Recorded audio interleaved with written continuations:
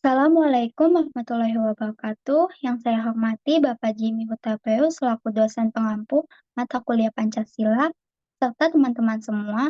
Perkenalkan, kami dari HG2 ingin mempresentasikan materi mengenai Pancasila sebagai pahlawan bangsa Indonesia.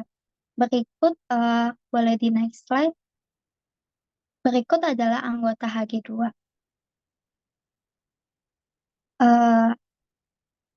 Untuk anggota yang merancang PPT yaitu Rilit, Firda, Amel, Luna, dan Yafa, dan kemudian kami sebagai presentator, yaitu ada Hera, Najwa, Nadia, Ayu, dan Indi. Boleh di next slide. Oke, yang pertama yaitu pendahuluan. Pancasila sebagai pahlawan bangsa Indonesia memiliki sejarah yang panjang dan kaya. Tujuan Pancasila sebagai pahlawan bangsa Indonesia menciptakan masyarakat yang adil, merdeka, dan berdaulat. Pancasila juga memiliki fungsi yang mencakup berbagai aspek kehidupan. Nilai-nilai tersebut kemudian diimplementasikan sebagai pahlawan bangsa Indonesia didorong dengan metode pembelajaran yang tepat. Boleh di next slide. Oke, selanjutnya akan disampaikan oleh Hera. Oke, yang selanjutnya akan disampaikan oleh Najwa.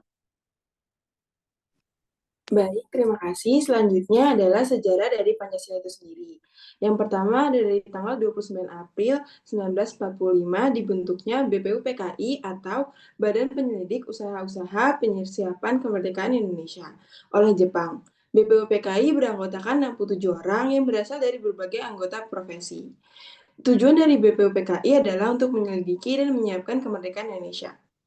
Selanjutnya, pada tanggal 29 Mei sampai 1 Juni 1945.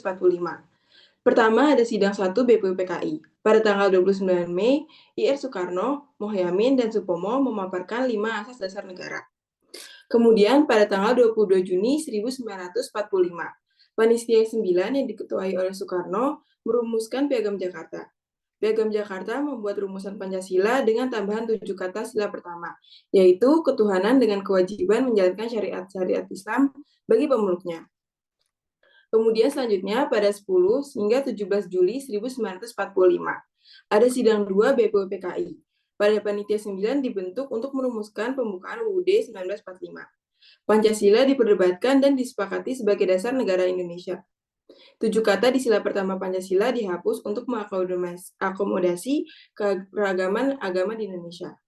Terakhir, pada tanggal 18 Agustus 1945, PPKI atau Panitia Persiapan Kemerdekaan Indonesia, Pancasila disahkan sebagai dasar negara.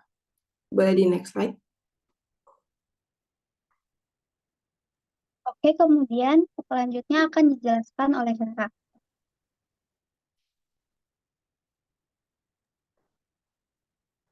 Pengertian Pancasila. Pancasila adalah dasar falsafah negara dan ideologi nasional Indonesia.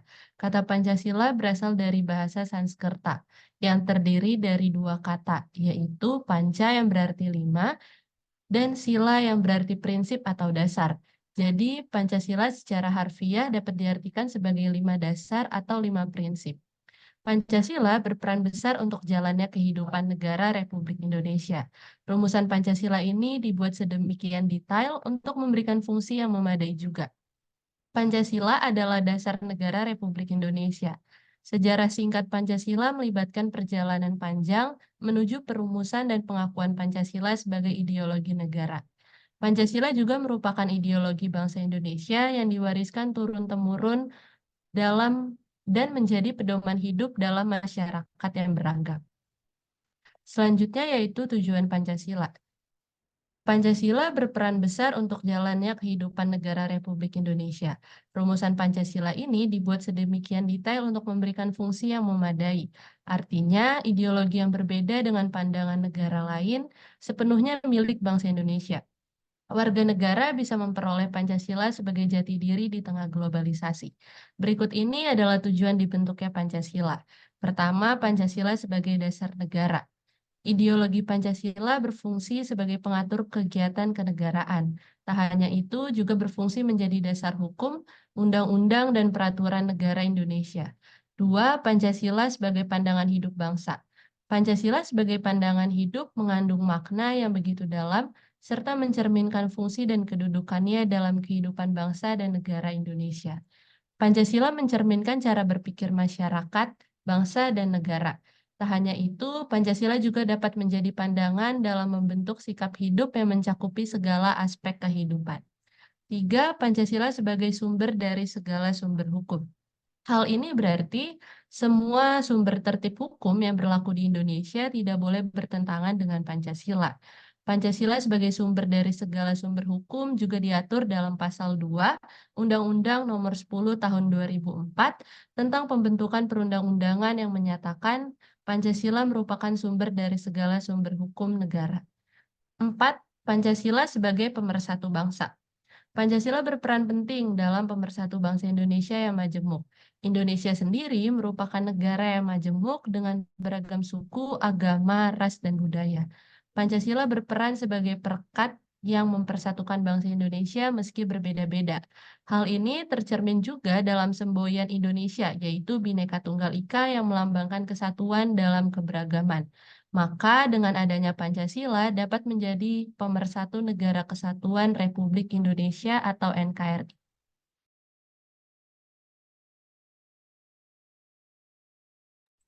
Baik, selanjutnya adalah fungsi dari Pancasila. Fungsi dari Pancasila yang pertama, Pancasila sebagai pedoman moral dan sosial. Nilai-nilai dari Pancasila menjadi landasan bagi perilaku dan interaksi antar individu dalam masyarakat Indonesia. Pancasila menuntun kita untuk hidup saling menghormati, toleransi, dan gotong royong. Kedua, Pancasila sebagai dasar demokrasi dan partisipasi masyarakat. Pancasila menjamin hak dan kewajiban setiap warga negara untuk terlibat dalam proses demokrasi. Yang ketiga, Pancasila sebagai way of life. Nilai-nilai Pancasila harus diterapkan oleh semua aspek kehidupan, baik politik, ekonomi, budaya, maupun agama. Yang terakhir, Pancasila sebagai menyadari seluruh elemen warga negara. Pancasila menekankan pentingnya persatuan dan kesatuan bangsa. Pancasila mendorong toleransi dan saling menghormati antar umat beragama dan suku bangsa. Boleh di next slide.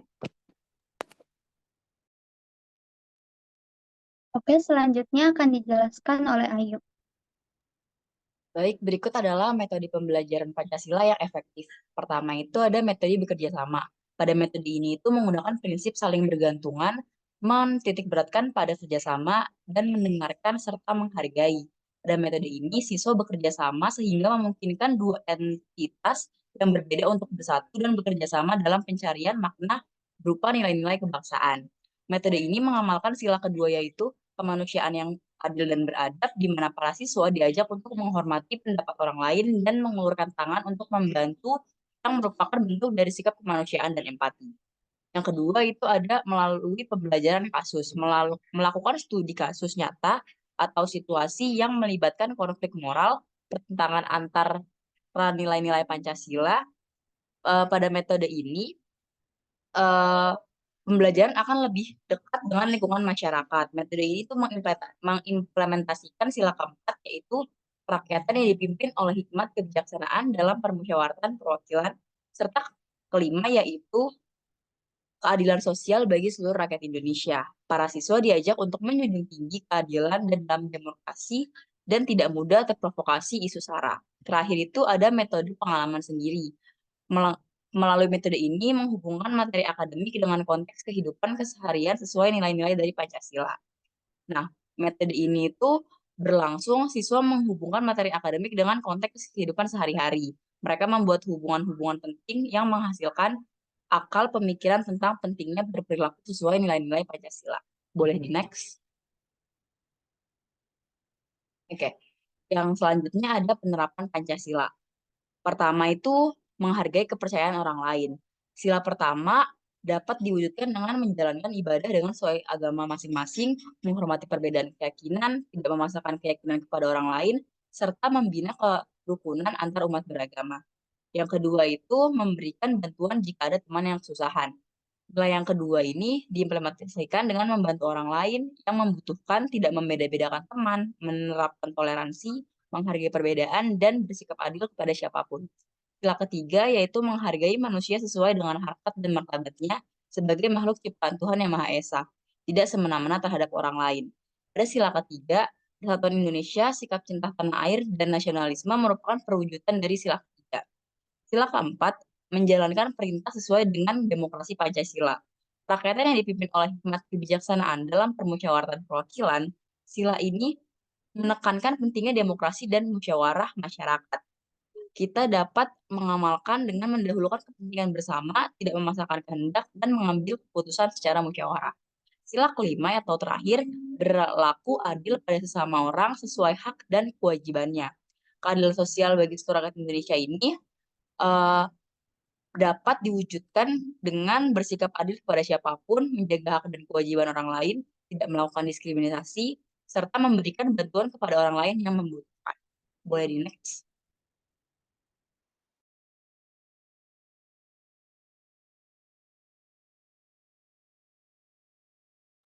Oke, untuk slide selanjutnya akan disampaikan oleh Indi. Selanjutnya, ada keterkaitan antara poin yang telah kami paparkan atau jabarkan. Yang pertama adalah latar belakang.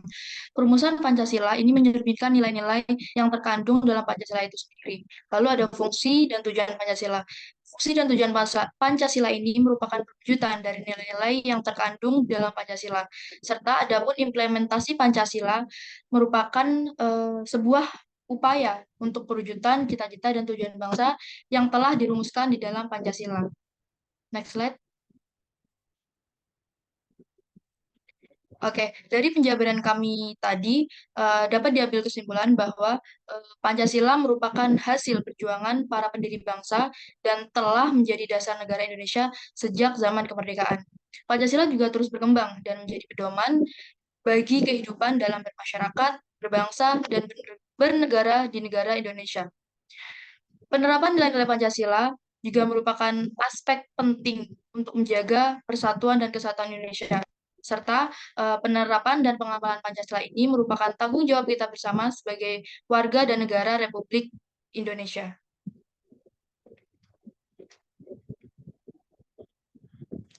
Berikut merupakan referensi dan sumber yang kita ambil. Oke, sekian presentasi dari kami. Kurang lebihnya mohon maaf. Assalamualaikum warahmatullahi wabarakatuh.